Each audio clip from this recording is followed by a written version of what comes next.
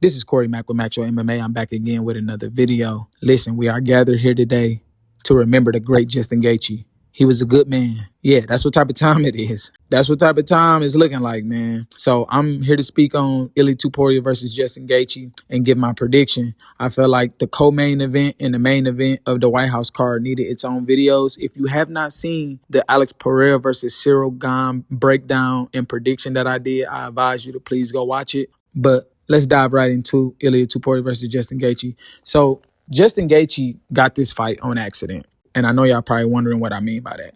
But Justin Gaethje was out of the title picture, in my opinion, because when he went up against Max Holloway at UFC 300, Justin Gaethje did look like the clear-cut #1 contender for the UFC lightweight title. The problem with that is UFC 300 came and they offered Justin Gaethje a fight just to keep him busy, just to, in his eyes, he looked at it as doing UFC a favor because he felt like he could just sit out for a title shot. Well, he took this fight against Max Holloway and got slept bad. Got knocked the fuck out. And he pretty much lost all credibility when it came to being the #1 contender at the lightweight division. So they ended up giving Max a title shot down there, featherweight against Topuria, and Gaethje was just kind of left in no man's land. At that point, he still was demanding a title shot.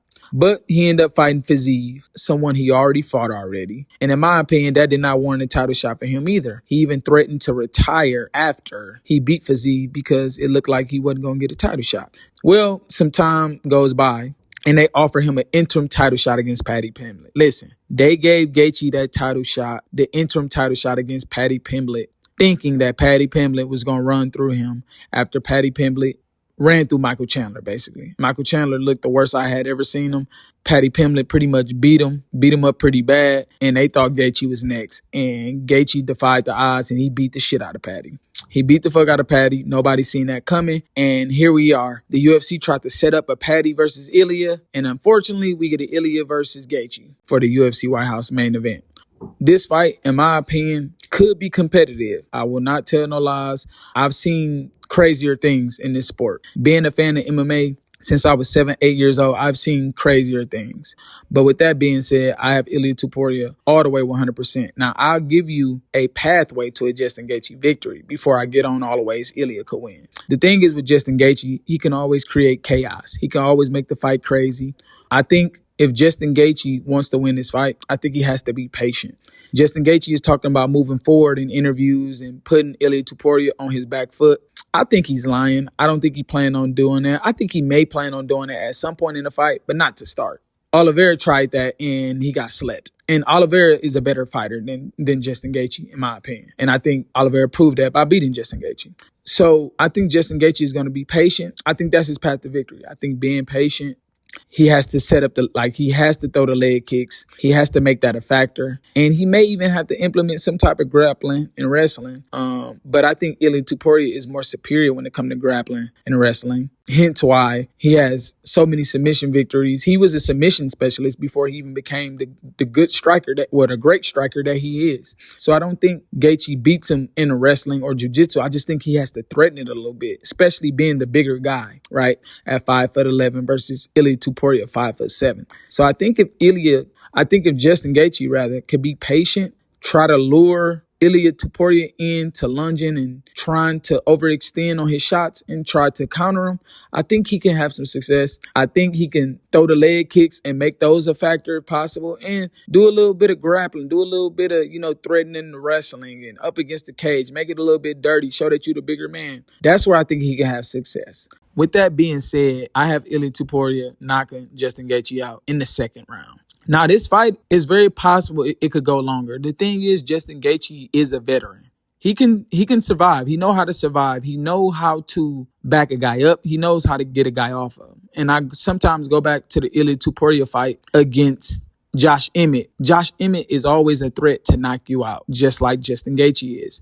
And Topuria, although he displays some beautiful boxing, he dropped Emmett a couple times and, it looked like he was going to finish him. Ilia Topuria never overextended. He never rushed the finish because he knows in the back of his mind, you try to rush a finish against guys with knockout power from round 1 to round 5, you're going to fuck around and get knocked the fuck out. And I think he's aware of that with Justin Gaethje. Now, the thing is with Justin Gaethje, I think Justin Gaethje is a lot more of a risk taker than Josh Emmett. So I don't think Justin Gaethje is going to have any problem if the moment arises to make shit crazy and to go forward and to throw bombs at Ilia Topuria and try to knock him the fuck out. I don't think Justin Gaethje is going to go a whole fight without doing that at some point. So with that being said, I do believe at some point Justin Gaethje starts getting picked apart. I think Ilia Topuria start piecing him up to the point where Justin Gaethje is not just going to sit back for 5 rounds and just get pieced up. At some point, Justin Gaethje is going to lunge in. He's going to overextend himself, and he's going to make it ugly. He's going to make it crazy. He's going to make it wild. He's going to dirty up the fight, and he's going to get to throwing bombs at some point because he's going to realize, okay, I can't be tactical with this guy. I'm not better in that department. So I got to brawl. I got to make this ugly, and that's my only chance. And I think he will do that at some point, and I think he'll get knocked the fuck out. So I have Ilia Topuria winning by a second round knockout. Again, this fight could be a little bit longer. Depending on how well Justin Gaethje implement whatever game plan he has, this fight can go a little longer. And I think it has a good chance to, because to be honest with you, like I said, Justin Gaethje is talking about pressing forward.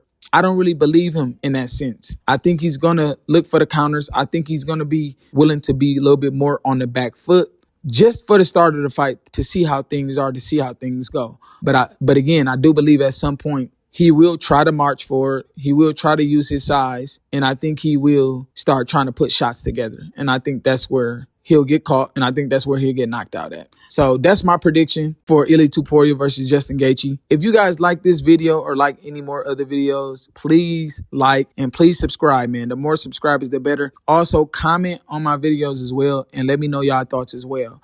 I will be doing a full prediction video for the whole UFC White House card. That'll be coming real soon, so be on the lookout for that. This is Corey Mack with Max Show MMA. I'll talk to y'all again real soon. Peace.